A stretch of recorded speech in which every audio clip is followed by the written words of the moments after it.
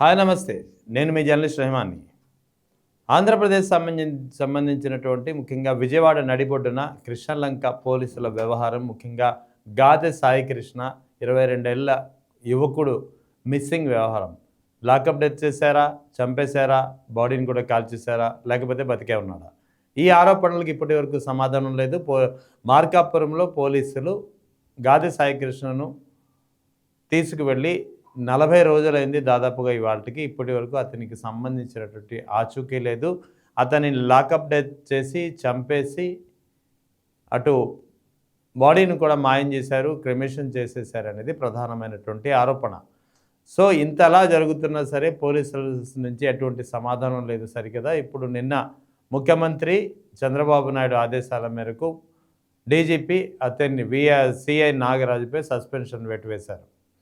So ఈ ఘటనపై ఇప్పుడు తాజాగా విజయవాడ మాజీ ఎంపీ, వైఎస్ఆర్ కాంగ్రెస్ పార్టీ మాజీ నాయకులు కేశినేని నాని కూడా స్పందించారు. కేశినేని నాని ఇటీవల గత కొద్ది కాలంగా ఆయన రాజకీయాలపై, ఇతర విషయాలపై ఇన్యాక్టివ్గా ఉన్నారు. కేవలం అతని సోదరుడు టీడీపీ చెందినటువంటి విజయవాడ ఎంపీ కేశినేని చిన్నిపై ఆరోపణలు, విమర్శలకు మాత్రమే ఆయన పరిమితమయ్యారు తప్ప ఇతర వ్యవహారాలు ఆయన కలగజేసుకోలేదు. తాజాగా వైఎస్ జగన్తో ఉన్నటువంటి ఫోటోను షేర్ చేయడం ద్వారా తాను వైఎస్సీపీలో తిరిగి రానున్నాను, తిరిగి ఎంట్రీ ఇస్తానని ఒక సంకేతాన్ని ఇచ్చారన్న విషయం అందరికీ తెలిసిందే. సో ఇప్పుడు తాజాగా గాదె సాయికృష్ణ వ్యవహారంపై కూడా కేశినేని నాని చాలా తీవ్రంగా స్పందించారు.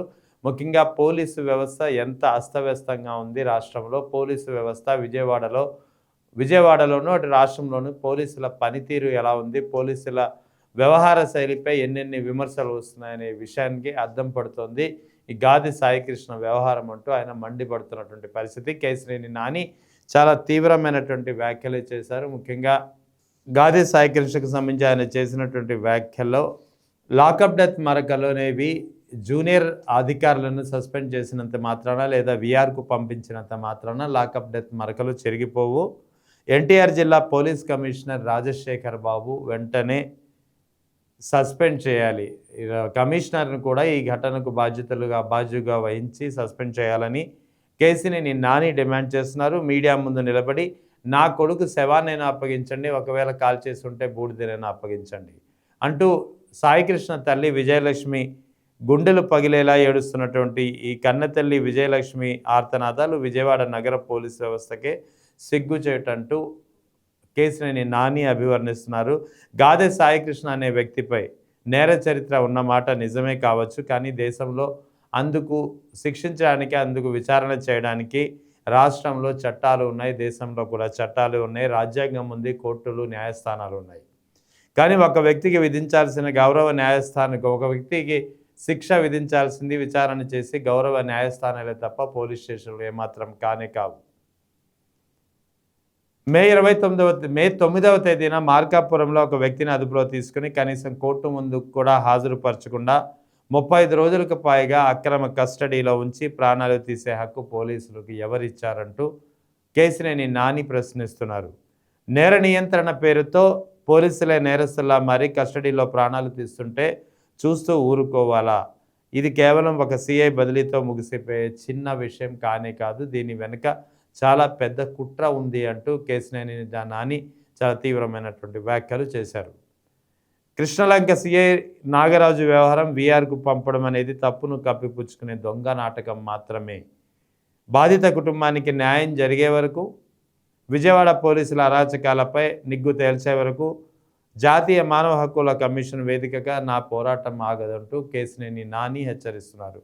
అంటే ఓవరాల్గా గాదె సాయికృష్ణ వ్యవహారం ఇప్పుడు పెద్ద ఎత్తున రగులుకుంటోంది. ప్రతి ఒక్కరూ దీనిపై స్పందిస్తున్నారు. ముఖ్యంగా నిన్న మొన్నటి వరకు రాజకీయాలకు దూరంగా సైలెంట్గా ఉన్నటువంటి కేశినేని నాని కూడా ఇప్పుడు గాదె సాయికృష్ణ వ్యవహారంపై చాలా తీవ్రంగానే స్పందించడమే కాకుండా ఆంధ్రప్రదేశ్ పోలీసుల పనితీరుపై ఆయన మండిపడ్డారు. ముఖ్యంగా పోలీసు వ్యవస్థకి ఇది సిగ్గుచేటుంటూ ఆయన మాట్లాడిన పరిస్థితి. అంతేకాకుండా గాదె సాయికృష్ణ వ్యవహారంపై బాధ్యులైన పోలీస్ అధికారులందరిపై చర్యలు తీసుకునే వరకు, శిక్షలు పడే వరకు తాను ఎన్హెచ్ఆర్సీ నేషనల్ హ్యూమన్ రైట్స్ కమిషన్కు ఆశ్రయించి నేషనల్ హ్యూమన్ రైట్స్ కమిషన్ ద్వారా పోరాడుతానంటూ ఒక వార్నింగ్ ఇష్యూ చేశారు. ఖచ్చితంగా కేసినేని నాని ఇవాళ వార్నింగ్ ఇచ్చారు. ముఖ్యంగా గాదె సాయికృష్ణ వ్యవహారం అయితే రోజు రోజుకు రాష్ట్రం అంతా రగులుకుంటోంది.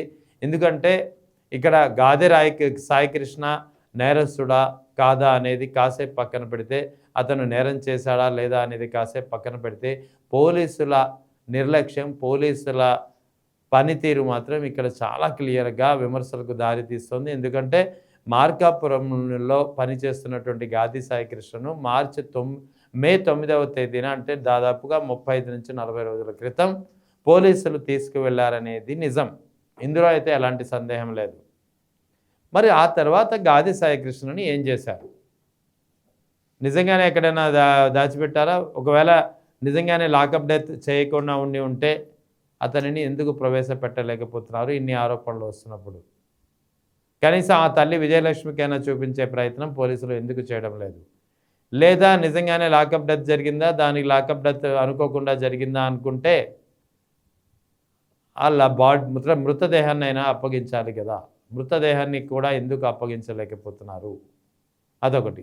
ఇక మూడవది, ఒకవేళ గాదె సాయికృష్ణ బంధువులు గానీ, తల్లి విజయలక్ష్మి గానీ ఆరోపిస్తున్నట్లు నిజంగానే మృతదేహాన్ని కూడా కాల్చేస్తుంటే కనీసం ఆ బూడిదనైనా సరే, ఆ మృతదేహం బూడిదనైనా సరే ఎందుకు అప్పగించలేకపోతున్నారు? ఇవే ప్రధానమైనటువంటి ప్రశ్నలు. ముఖ్యంగా కేసినేని నాని కూడా అందుకే స్పందించారు.